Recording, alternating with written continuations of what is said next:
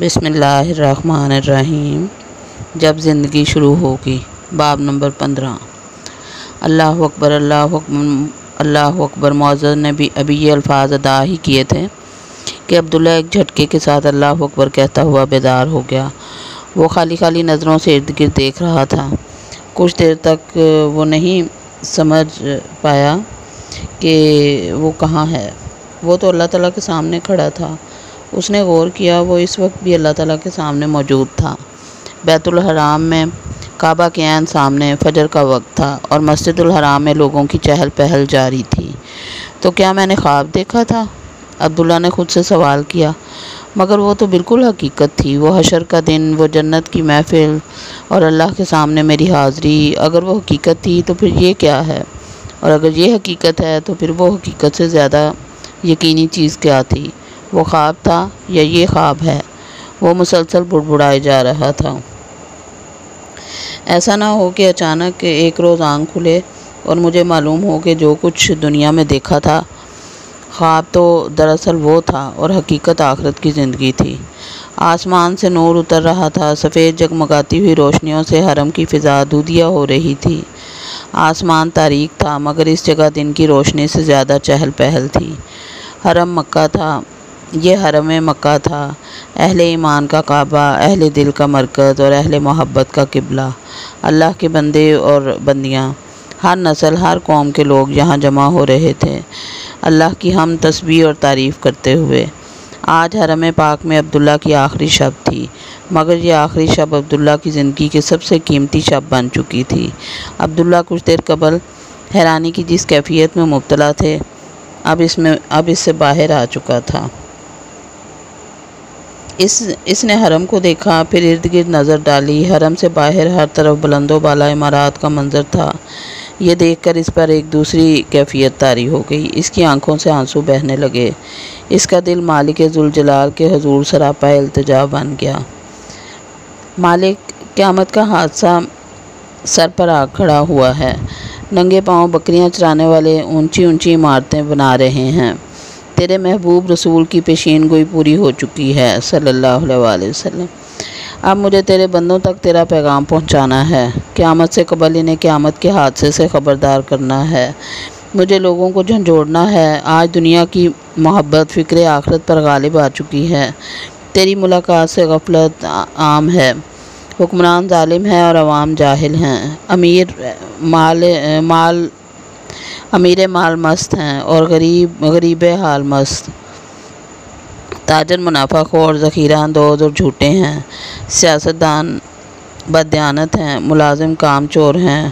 مردوں کا مقصد حیات صرف دولت کمانا بن چکا ہے اور عورتوں کا مقصد زندگی محض زیب و زینت اور اپنی نمائش۔ عبداللہ کی آنکھوں سے آنسو جاری تھے۔ اس کے دل سے مسلسل دعا اور مناجات نکل رہی تھی، وہ دعا جس کا قبول ہونا شاید مقدر ہو چکا تھا۔ مولا، آج لوگ تجھ سے غافل اور بے پرواہ ہو کر ظلم اور دنیا پرستی کی زندگی گزار رہے ہیں۔ مذہب کے نام پر کھڑے ہوئے لوگ فرقہ واریت کے اسیر ہیں یا سیاست میں الجھے ہوئے ہیں۔ کوئی نہیں جو تیری ملاقات سے خبردار کر رہا ہو۔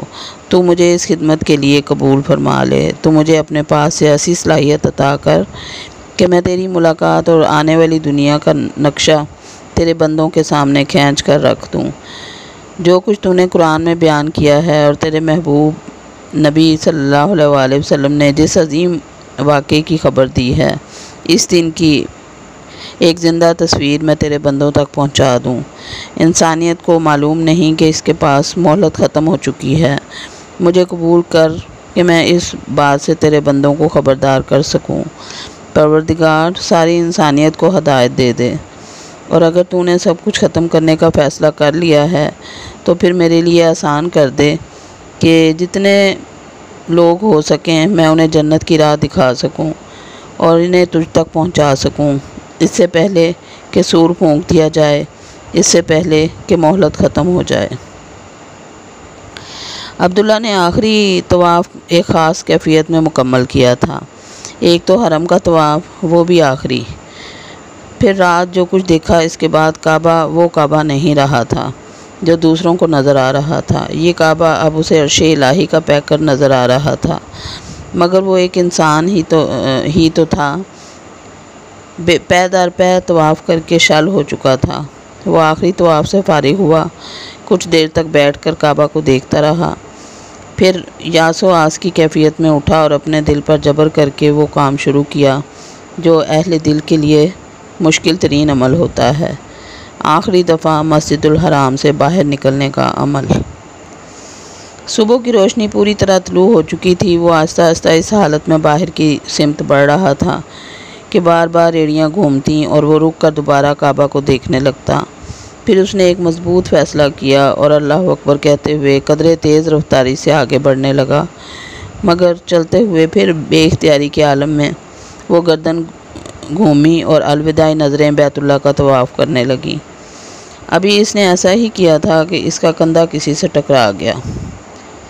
عبداللہ کی نگاہ لوٹی تو سامنے ایک سفید ریش بزرگ تھے۔ اسے احساس ہو چکا تھا کہ اس کا کندھا ان بزرگ کے سینے سے ٹکرا گیا ہے جو اس کے ہم وطن محسوس ہوتے تھے۔ عبداللہ کا جذبہ عبادت اب ندامت میں بدل چکا تھا۔ اس نے فوراً معذرت خواہانہ لہجہ میں کہا، معاف کیجیے گا، غلطی میری ہے، میں سامنے نہیں دیکھ رہا تھا۔ کوئی بات نہیں، بزرگ نے شفقت آمیز لہجے میں کہا۔ پھر وہ مزید بولے، کچھ غلطی میری بھی ہے، میں بھی سامنے نہیں دیکھ رہا تھا۔ دراصل میں اپنے گھر والوں کو ڈھونڈ رہا ہوں، ہم عمرہ ادا کرتے ہوئے رش کی وجہ سے بچھڑ گئے ہیں۔ آپ نے ملنے کی کوئی جگہ طے نہیں کی تھی؟ عبداللہ نے سوالیہ انداز میں کہا، پھر اپنی بات کی مزید وضاحت کرتے ہوئے بولا، حرم میں یہ کرنا ضروری ہوتا ہے ورنہ بہت مشکل ہو جاتی ہے۔ جگہ تو یہی طے کی تھی، باب فتح کے پاس، یہاں رش کم ہوتا ہے، مگر کافی دیر سے وہ لوگ یہاں نہیں پہنچے۔ بزرگ نے قدرے پریشانی کے ساتھ جواب دیا۔ چلیے پھر تو آپ کا مسئلہ حل ہو گیا، عبداللہ نے مسکراتے ہوئے کہا۔ آپ باب فتح پر نہیں کھڑے ہوئے ہیں، میں آپ کو وہاں لے جا سکتا ہوں۔ بزرگ نے کچھ خجالت کے ساتھ ارد گرد دیکھا، پھر عبداللہ کے ساتھ آگے بڑھتے ہوئے بولے، ہم دراصل کل رات ہی یہاں پہنچے ہیں، پہلی دفعہ آئے ہیں، اس لیے یہاں کا پوری طرح اندازہ نہیں ہے۔ سعی کے دوران میری بیٹی اور نواسی مجھ سے الگ ہو گئیں۔ ہمارے پاس 2 موبائل تھے جو ان کو دے دیے تھے، انہیں جگہ بھی سمجھا دی تھی، مگر خود بھول گیا۔ اللہ کا شکر ہے کہ تم مجھ سے ٹکرا گئے، ورنہ نہ جانے کتنی دیر اور میں یہاں رک کر ان کا انتظار کرتا رہتا۔ اللہ کے ہر کام میں مصلحت ہوتی ہے، عبداللہ نے جواب دیا۔ اللہ کا نام لیتے ہوئے اس کے لہجے میں سارے جہان کی مٹھاس آ چکی تھی۔ ارے وہ رہی میری بیٹی، بزرگ نے عبداللہ کی بات کا جواب دینے کی بجائے خوشی کے عالم میں ایک سمت اشارہ کرتے ہوئے کہا اور تیزی کے ساتھ آگے بڑھ گئے۔ عبداللہ نے ادھر ادھر دیکھا تو اندازہ ہوا کہ بزرگ ایک درمیانی عمر کی خاتون کی طرف بڑھ رہے تھے۔ اس کی سمجھ میں نہیں آیا کہ ان کے ساتھ آگے چلا جائے یا اپنے راستے پر لوٹ جائے۔ ویسے بھی اس کا کام اب ختم ہو چکا تھا، مگر اسے محسوس ہوا کہ اخلاقاً ان سے اجازت لے کر ہی جانا چاہیے۔ چنانچہ وہ بھی ان کے پیچھے چل پڑا۔ قریب پہنچا تو وہ اپنی بیٹی کو اپنے ساتھ پیش آنے والی غلط فہمی کے بارے میں بتا رہے تھے۔ وہ عبداللہ کو دیکھ کر بولے، اسی نوجوان نے مجھے راستہ دکھایا ہے۔ بیٹا آپ کا بہت شکریہ، خاتون نے بہت نفیس لہجے میں کہا، اگرچہ ان کے چہرے سے سفر اور عمرے کی مشقت اور اب پیش آنے والی پریشانی کے سارے آثار ظاہر تھے۔ ہم کافی دیر سے یہاں ابو کا انتظار کر رہے تھے۔ ہم کے سیگے سے عبداللہ کی توجہ ان کے برابر میں کھڑی ہوئی لڑکی کی طرف ہوئی۔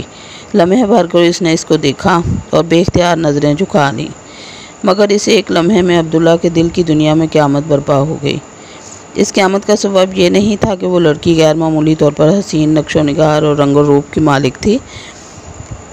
رہا عبداللہ تو اس جیسی بے داغ جوانی کہاں کسی نے دیکھی ہوگی۔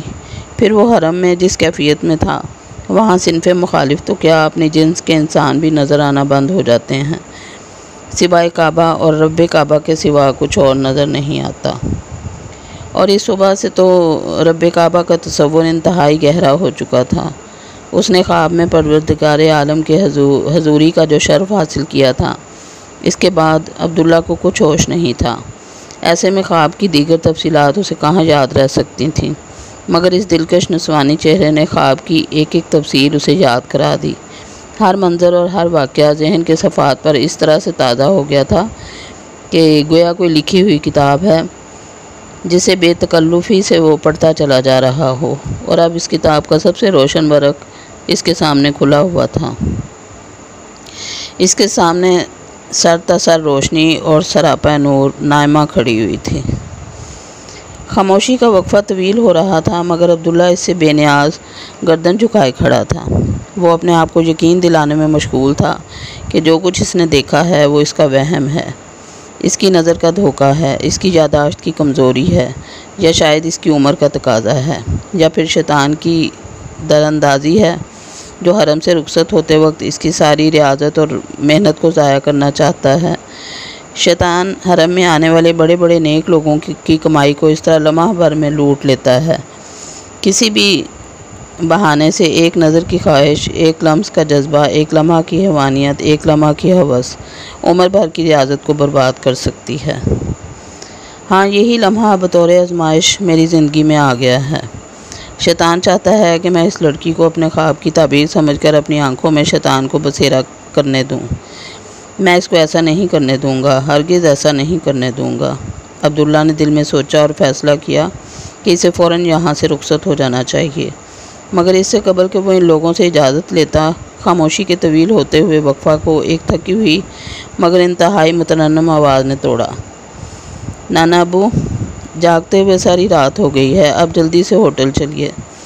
اس آواز نے عبداللہ کے رہے سہے ہوش بھی اڑا دیے۔ یہ آواز اس کے لیے اجنبی قطعاً نہ تھی۔ اسے ہلکا سا چکر آیا۔ بزرگ جو اس کی کیفیت سے قطعاً بے خبر تھے بولے، ہاں بیٹا چلتے ہیں، ذرا ان سے اجازت لے لیں۔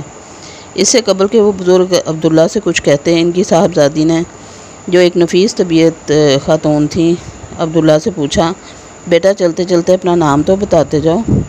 میرا نام عبداللہ ہے۔ بمشکل عبداللہ کی زبان سے یہ الفاظ نکلے۔ اب یہ وہ وقت تھا جب تہذیبی تقاضوں کے پیش نظر بزرگ نے اپنے آپ کو متعارف کرانا ضروری سمجھا۔